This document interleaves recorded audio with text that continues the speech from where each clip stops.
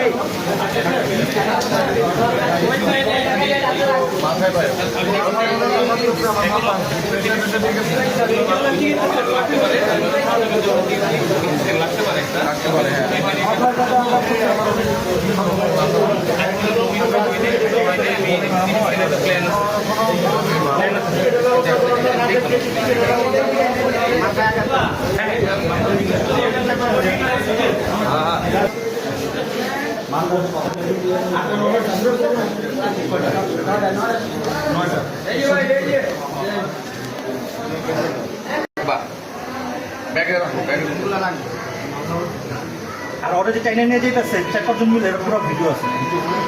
4-5 জন টাইনে নিয়ে রাস্তার ওই পার নিয়ে তারপর ওরা মারছে।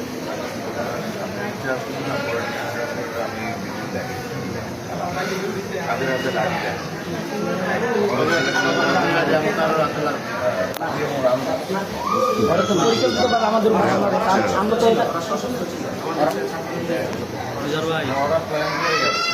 জেলার আমাদের জেলা সংগঠন যত নেতাকর্মী আছে মহানগর এবং প্রত্যেকটা ইউনিটের প্রত্যেকটা নেতাকর্মী আমরা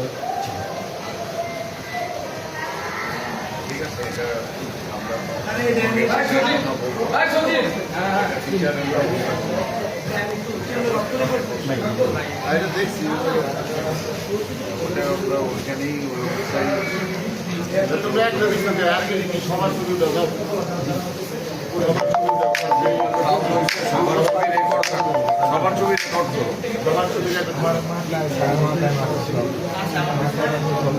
কপাল হাফ ইঞ্চি পরিমাণ গর্ত করে নেয়।